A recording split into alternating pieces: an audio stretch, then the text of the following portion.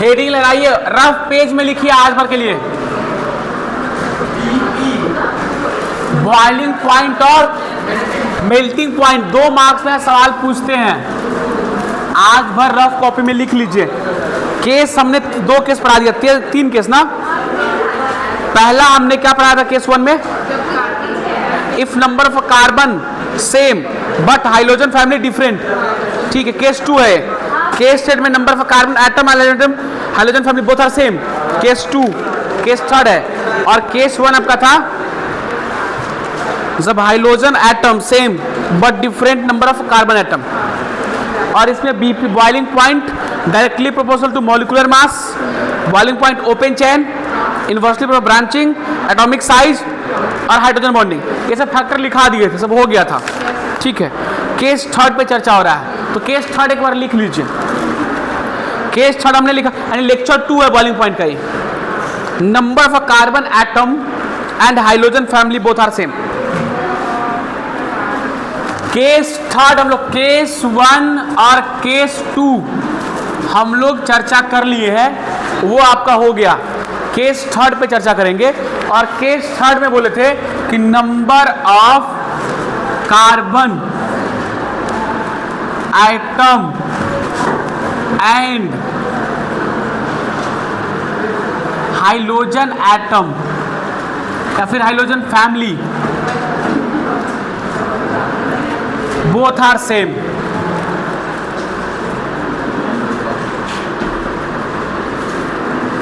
ये केस मुझे चर्चा करना है, फिर उसको हम सवाल पे आ जाएंगे। देखिए, अगर पहला केस में देखा जाए कार्बन की संख्या बढ़ जाए और हाइड्रोजन फैमिली सेम हो जाए, उस केस में boiling point directly proportional to carbon atom, carbon की संख्या बढ़ाते जाइए और बॉइलिंग पॉइंट क्या है उसका बढ़ते जाएगा। तो उस केस में बॉइलिंग पॉइंट डायरेक्टली पर नंबर ऑफ, हालांकि हम लोग देखना चाहते हैं इस पे मॉलिक्यूलर मास पे, तो मॉलिक्यूलर मास आप कैलकुलेट करिएगा तो स्वाभाविक है जिसमें कार्बन की संख्या ज्यादा होगा उसका मॉलिक्यूलर मास ज्यादा होगा। तो आप मॉलिक्यूलर मास ना कैलकुलेट करने के बाद डायरेक्ट क्या चलिए नंबर ऑफ कार्बन देख लीजिए, और कार्बन देख लेंगे तो डिसाइड होगा। पहला फैक्टर ये था। दूसरा कि आपको हाइड्रोजन फैमिली डिफरेंट हो, क्लोरीन हो, ब्रोमीन हो और आयोडीन हो, और उसमें चेंज क्या हो, कार्बन की संख्या क्या हो, समान रूप से बराबर हो, तो उसमें साइज फैक्टर देखे थे ना, टॉप टू बॉटम आएगा, साइज क्या होगा बढ़ेगा, तो बॉइलिंग पॉइंट क्या होगा बढ़ेगा। ये दोनों केस हो चुके हैं। तीसरा केस कहता है कि नंबर ऑफ कार्बन एटम भी सेम हो और हाइड्रोजन भी सेम हो। एक जैसे मैं लिखा CH3 CH2 CH2 CH2 Cl, इसको ब्यूटाइल क्लोराइड बोल सकते हैं। और दूसरे 1 क्लोरोब्यूटेन, दूसरा मैं ये लिखूं CH3 कार्बन CH3 फिर CH2 Cl, इसको आप आइसोब्यूटाइल क्लोराइड आइसो है, या फिर आप 2 methyl 1 chloro propane IUPAC name 1 chloro 2 methyl propane. तीसरा केस आप इसी में नियो फॉर्म बना सकते हैं, CH3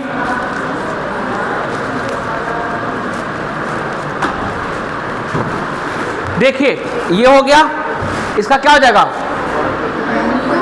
2 क्लोरो 2 मिथाइल प्रोपेन, यानी दोनों का क्या होगा आईपीएसी में थोड़ा अंतर हो जाएगा। अब मॉलिक्यूलर मास सबका काउंट करिए, देखिए सब में क्या क्लोरीन है, तो क्लोरीन अगर मैं मान लो कि पहला केस का मॉलिक्यूलर मास निकालूं तो एक कार्बन 1 2 3 4, तो 12, एक कार्बन के लिए 12, तो 4 कार्बन के लिए बढ़ चुका 48, बोलो ना 48, 12 गुने 4 48। हाइड्रोजन कितना हुआ 3 2 5 7 अदू 9, एक हाइड्रोजन के लिए 1, तो 9 के लिए 9। क्लोरीन कितना, एक क्लोरीन 35, कितना आ गया जोड़िए कितना आएगा, जोड़ो तुम लोग 94। अरे यार कैसे जोड़ रहा है तुम लोग यार, आप तीनों को जोड़ना, किसको जोड़ना? हमको जोड़ना है क्या? हाँ, और देखो 9 8 कितना हो गया? 17, 17 5, 17 से 20 है 22, 2 बचा, 3 है 2 5, 5 4, करेक्ट है क्या ये? 92 आ गया। आप इसको कैलकुलेट करिए, 1 2 3 1 4 तो 12 चुका 48, इसका कार्बन 48, हाइड्रोजन 3 3 6 6 2 8 1 9 9 आ गया। अब फिर क्लोरीन 35.5 छूट गया, 35.5, तो यहाँ पे ये 5 पॉइंट हो जाएगा। तो यानी ये भी कांस्टेंट जाएगा 92.2, इसमें भी 1 2 3 4 48, 3 3 6 3 9, यानी कुल मिला के अगर हम पूरा इसको जोड़े तो गुना भाग हमको सब जगह क्या रहा है? सेम आ रहा है। यानी मॉलिक्यूलर मास से डिसाइड करना क्या हो गया? बड़ी मुश्किल हो गया। यानी मॉलिक्यूलर मास से डिसाइड करना मुश्किल हो गया। अगर मॉलिक्यूलर मास चेक करेंगे तो समय भी लग जाए एग्जाम में आपको, और करेक्ट आंसर भी आपका, क्योंकि यह जो है बॉइलिंग पॉइंट एक्सपेरिमेंट में फैक्टर है, एक्सपेरिमेंटल फैक्टर है। तो अब आपको देखना है, यहाँ पे देखिए नॉर्मल चेन, यानी जो बिना ब्रांच वाला हो, तो number of branching case third में लिखा ही नहीं थे, तो लिख लीजिए, थोड़ा सा लिखिए, उसका सवाल लिखिएगा। Boiling point directly proportional to open chain, या फिर नॉर्मल चैन कर लीजिएगा। Boiling point directly proportional to open chain, open chain CHAIN chain, chain bracket में नॉर्मल चैन, नॉर्मल चैन मतलब n, नॉर्मल को n से रिप्रेजेंट करते हैं, n chain. Boiling point directly proportional to normal chain, या फिर ब्रैकेट में n चैन हो गया। दूसरी बात लिखिए, inversely proportional to branching, inversely proportional to branching, यानी ब्रांचिंग इंक्रीज तो बॉइलिंग पॉइंट लिख लीजिए, branching increase boiling point decrease. क्या लड़का सोया हुआ, क्या नाम उसका? हाँ सोया सोया सोया सोया। जिंदगी मिली है सोने के लिए, अब न सोएंगे तो कब सोएंगे यार, है ना? अब नहीं सोएंगे तो कब सोएंगे। मेरे मामा जी हैं, वो डॉक्टर हैं, वो कहते हैं बराबर एक ही चीज़, इंसान को तो जल ही जाना है, इस शरीर से जितना काम लेना है ले लो। तो वही स्वास्थ्य मेरा भी सिद्धांत है, एक दिन तो मेरा बॉडी भी जलवे करेगा, वो कैसे भी जले, जिस तरह जले, जलना तो सत्य है, असत्य है नहीं। तो हाँ, बॉडी ब्रेन दिमाग सब जलेगा, तो कम से कम आप अच्छा काम करिए। आप काम भी नहीं करेंगे तो क्या फायदा, खाली सोने से क्या फायदा, एक दिन तो परमानेंट सो जाना है। तो आप लोग ऐसा ना करिए, क्लास में मत सोइए। चलिए अब देखिए, इस केस में आप ब्रांचिंग ज्यादा कहाँ है? तीसरा में more branching less boiling point, लिखिए more branching less boiling point, लिख लीजिए more branching less boiling point, no branching more boiling point, more branching less boiling point, no branching more boiling point. उसी बात को मैंने उल्टा लिखवा दिया, लिख लीजिए। तो आप मुझे एक चीज बताइए कि जब आप IUPAC नेम सेलेक्ट करते थे तो आपको सब्स्टिट्यूएंट ब्रांच आता था? बोलिए, पहला बार में क्या ब्रांच है क्या? आप जब भी बॉइलिंग पॉइंट करेंगे तो सबसे पहले जो सबसे अच्छा बॉइलिंग पॉइंट वाला है और सबसे घटिया है, तो सबसे घटिया कौन आएगा? थर्ड, सबसे बेकार। उसके बाद कौन होगा? दो ब्रांचिंग, एक ब्रांचिंग, उसके बाद सेकेंड, और सबसे बढ़िया फर्स्ट। ये मैंने इंक्रीजिंग ऑर्डर में लगाया, boiling point of increasing order. क्या समझ में आ गया? नोट कर लीजिए आंसर, नोट कर लीजिए आंसर, नोट कर लीजिए आंसर। चलिए किताब NCERT खोलिए और जहां बॉइलिंग पॉइंट दिया उसको निकालिए, उसमें से एक ग्राफ आपको बताते हैं। क्या नहीं लिखे थे क्या? कोई नहीं लिखा था?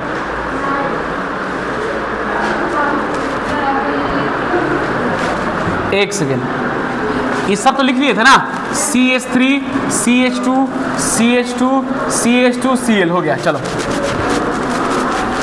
आप लिख लीजिए,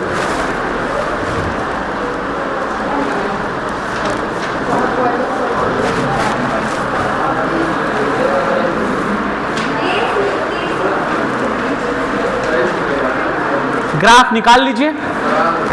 फिजिकल आप मिटा दे, फिजिकल प्रॉपर्टी जहां लिखे थे आप, वहां पे जो बॉइलिंग पॉइंट है वहां पे ग्राफ बना होगा, उस ग्राफ को निकालिए और देखिए इधर वो ग्राफ कुछ इस तरह है।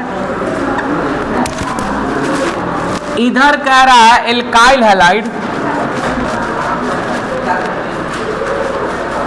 ए ऋतुराज अल्लाह मत करो तू, ये एल्काइल हैलाइड है और ये क्या है बॉइलिंग पॉइंट। ये 0 डिग्री है, 100 हम ले लेते हैं, 200, 300, 400, आगे बढ़ता रहेगा। सुनिए अब इधर देखिए, अब x के जगह हम क्या क्या ले रहे हैं। सो देखिए x के जगह हम क्लोरीन, ब्रोमीन और आयोडीन, पूरा डायरेक्ट हम एनसीईआरटी का ग्राफ आपको समझा रहे हैं। कह रहा है कि पहला केस खड़ा हो जाओ शिवम, पहला केस में लिया केस 1, इसमें CH3Cl ये है, और इसके जस्ट हमने लिया CH3Br और CH3 आयोडीन। हम कुल मिला के कह सकते हैं RX कह सकते हैं, और यहाँ पे X वेरिएबल रखे हैं कि क्लोरीन है, ब्रोमीन है और आयोडीन है। R को मैंने कांस्टेंट रखा। तो ये कौन सा केस, केस सेकेंड आपको दिखेगा कॉपी में। तो बोलिए अगर साइज बढ़ेगा तो बॉइलिंग पॉइंट, तो इसका मतलब आप एक्सपेरिमेंटल डाटा, आपको बॉइलिंग पॉइंट याद रखने की आवश्यकता नहीं है। तो इतना याद रखिए, अगर मान लीजिए आयोडीन सबसे ऊपर होगा तो उसके बगल में क्या होगा ब्रोमीन, और उससे छोटा भाई कौन होगा क्लोरीन।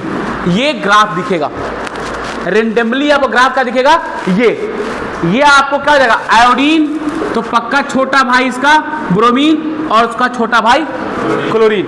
ये बॉइलिंग ऑर्डर, यानी ग्राफ कैसे बढ़ रहा है, ऐसे।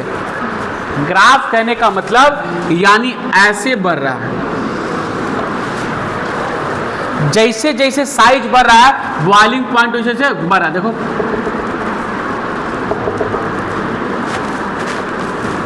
ये पीक है, ये बॉइलिंग पॉइंट हो सकता है 200 हो सकता है 300 हो सकता है 400।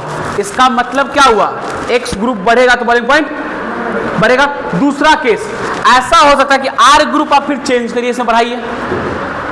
आर ग्रुप क्या ले लीजिए आप, CH3 CH2 X ले लीजिए, X बढ़ाइए, फिर मामला वही हो जाएगा।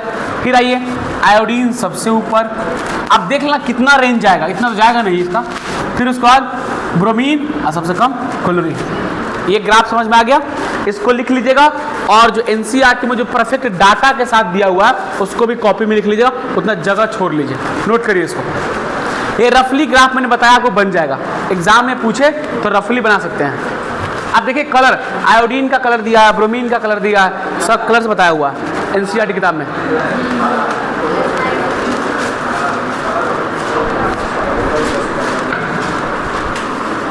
चलिए इतना आप कर लिए।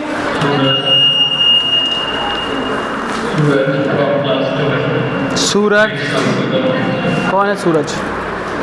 चलिए इतना कर लिए आप, इतना नोट कर लिए। चलिए एक सवाल आपसे करवाते हैं, आइए। आपको एनसीईआरटी में ये सवाल दिया हुआ है, लिखिए सवाल, हम सवाल लिखवा रहे हैं, इसको लिख लीजिए। आप पेज को छोड़ दीजिएगा एनसीईआरटी ग्राफ लिखने के लिए, और सॉल्युबिलिटी भी पढ़ाएंगे इसलिए। चलिए और कुछ बचा हुआ है इसमें, पहले लिखिए अरेंज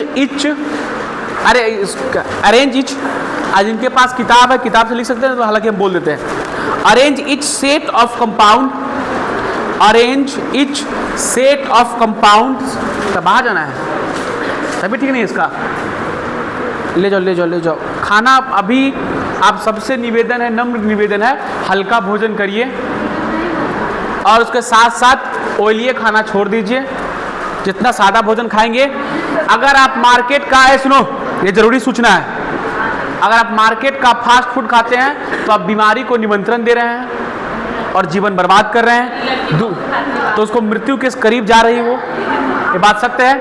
और दूसरी, आप जितना हो सके सादा भोजन करिए और खाली पेट नहीं रहिए। चलिए लिखिए arrange each of compounds in order of boiling point, arrange etch set of compound in order of boiling point. पहला पहला लिखिए, आपको अरेंज करना पहला ब्रोमोमीथेन, ब्रोमोइथेन नहीं ब्रोमोमीथेन है, सॉरी ब्रोमोमीथेन, पहला ब्रोमोमीथेन, दूसरा ब्रोमोफॉर्म, पहला है आपको पहला ब्रोमोमीथेन, दूसरा ब्रोमोफॉर्म, तीसरा क्लोरोमीथेन, तीसरा क्लोरोमीथेन, चौथा डाईब्रोमोमीथेन, चौथा डाईब्रोमोमीथेन। आप मुझे इसका कंपेयर करिए, किताब बॉइलिंग पॉइंट कंपेयर करिए एनसीईआरटी किताब में। सुनिए एक चीज आपसे, अगर आप यूपीएससी नेम पढ़े हैं तभी जाके आप इसका स्ट्रक्चर बना सकते हैं और तब जाके सवाल सोल्व करिएगा। आपको एग्जाम में स्ट्रक्चर बनाए कभी नहीं देगा।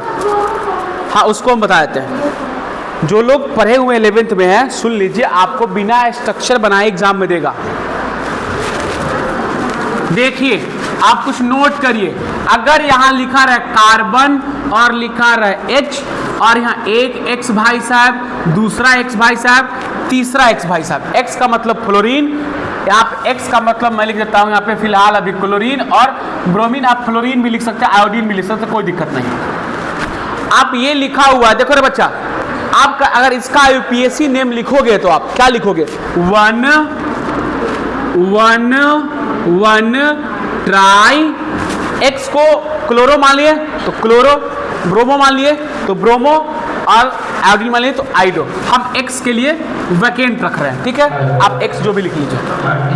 और उसके बाद क्या हो जाएगा यहाँ पे नाम, क्या क्या होगा, मीथेन। अरे रुको ना यार प्रिंस भैया, 2 मिनट तो समय तो दो। ये मैं लिखा 1 ट्राई, X आपका जो होगा लिखिएगा मीथेन, ये हो गया IUPAC नेम। क्या होगा ये, international union pure applied chemistry, IUPAC, यानी ऑल ओवर इंडिया वर्ल्ड में वैलिड है। इसका दूसरा नाम हो गया, अगर यहाँ पे 1 2 3 है तो ब्रोमीन है तो ब्रोमोफॉर्म, क्लोरीन है तो क्लोरोफॉर्म, आयोडीन है तो आइडोफॉर्म, यानी इसका फॉर्मूला अगर ब्रोमोफॉर्म बनाना है, ब्रोमोफॉर्म तो कैसे बनाएंगे, एक कार्बन, एक हाइड्रोजन, एक Br, दूसरा Br, तीसरा Br, कुल मिला के फॉर्मूला लिख लेगा HCBr3, नाम हो गया ब्रोमोफॉर्म, Cl है तो क्लोरोफॉर्म, I है तो आइडोफॉर्म। लिख लीजिए आप, अगर बना लिए तो किताब से आंसर मिला, ये करेक्ट, इन टेक्स्ट के पीछे दिया रहता है आंसर। नहीं तो ये दोनों सवाल 1 और सवाल 2 घर से बना के लाइएगा, होमवर्क है, लिख लीजिए। होमवर्क एनसीईआरटी किताब का जो पहला सवाल लिखा है वो पहला सवाल और दूसरा सवाल कल बना के लाइएगा। आज की क्लास यहीं समाप्त होती है, बंद कर दो लेक्चर, ए युवराज बंद कर दो। आज की क्लास यहीं पे समाप्त होती है, बंद हो गया, लॉक है।